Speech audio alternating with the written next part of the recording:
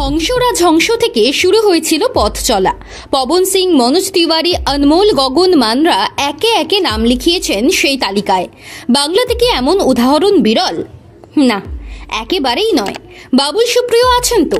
গায়ক থেকে রাজনীতিতে পা রাখার তালিকায় এবার 25 বছরের এক মেয়েকেও রাখতে হবে।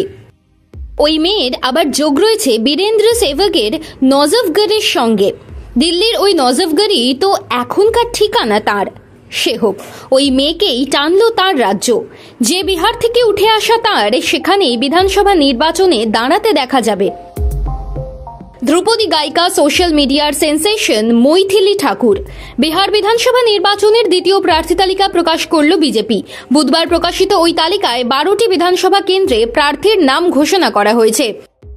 দ্বিতীয় তালিকায় নাম রয়েছে সঙ্গীত শিল্পী মৈথিলি ঠাকুরেরও। মঙ্গলবার বিকেলেই পটনায় রাজ্য বিজেপির শীর্ষ নেতৃত্বের উপস্থিতিতে পদ্ম শিবিরে যোগ দেন তিনি।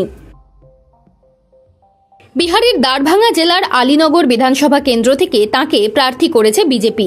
এই আসন থেকে যে তাকে প্রার্থী করা হতে পারে তা নিয়ে মঙ্গলবার থেকেই গুঞ্জন শুরু হয়েছিল। এবার দ্বিতীয় প্রার্থী তালিকায় সেই গুঞ্জনেই শিলমোহর দিল বিজেপি। 2000 সালে বিহারের মধুবনীতে জন্ম মৈথিলির। সেখান থেকে রাজনীতি পর্যন্ত তার যাত্রা যেমন সুরেলা তেমনি অনুপ্রেরণারও।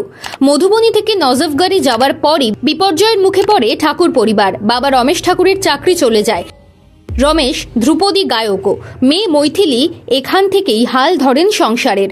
দুই ভাই আয়াচি ও ঋষভকে সঙ্গে নিয়ে গাইতে শুরু করেন লোকসঙ্গীত। ধ্রুপদী আর লোকসঙ্গীতের মিশেলই রাতারাতি তাঁকে জনপ্রিয় করে তোলে তরুণ প্রজন্মের কাছে। মৈথিলি ক্লাস 5 পর্যন্ত পড়াশোনা করেছেন বাড়িতেই। এমসিডি স্কুলে ভর্তি হন 13 বছর বয়সে। যে গান তাকে পরিচিতি দিয়েছে, সেই মিষ্টি গলার জোরে বাল ভবন ইন্টারন্যাশনাল স্কুলে মিউজিক্যাল স্কলারশিপ পান। কথায় বলে না, ব্যর্থতা না থাকলে সাফল্য পাওয়া যায় না।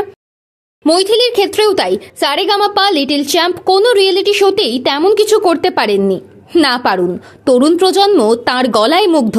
এই 25 বছরের মেয়ে ফেসবুক, ইউটিউবে নিজের গান শেয়ার করেন। তার লাখো লাখো ভক্ত। বিভিন্ন ফাংশনে গান গাওয়ার জন্য ডাক পড়ে। তবে বলিউডে তিনি শুরুর দিকে গান গাইতে চাননি। এখানেও জড়িয়ে রয়েছে এক অনন্য প্রতিবাদ। অভিনেতা সুশান্ত সিং রাজপুতের মৃত্যুর পর দীর্ঘদিন বলিউড থেকে দূরে সরেছিলেন। অবশ্য গত বছর বলিউডে পা রেখেছেন গায়িকা হিসেবে। 2021 সালে পেয়েছেন উস্তাদ বিসমিল্লাহ খাঁ যুব পুরস্কার। মধুবনীর মতো আধা শহরের সেই মেয়েই এবার রাজনীতির আঙিনায়। যুব প্রজন্মে তুমুল প্রভাবের কারণে অনেকেই বলছেন মৈথিলির জয় সময়ের অপেক্ষা। আর তিনি এক ইন্টারভিউতে বলেছেন, নিজের রাজ্য বিহারের জন্য কিছু করতে চান।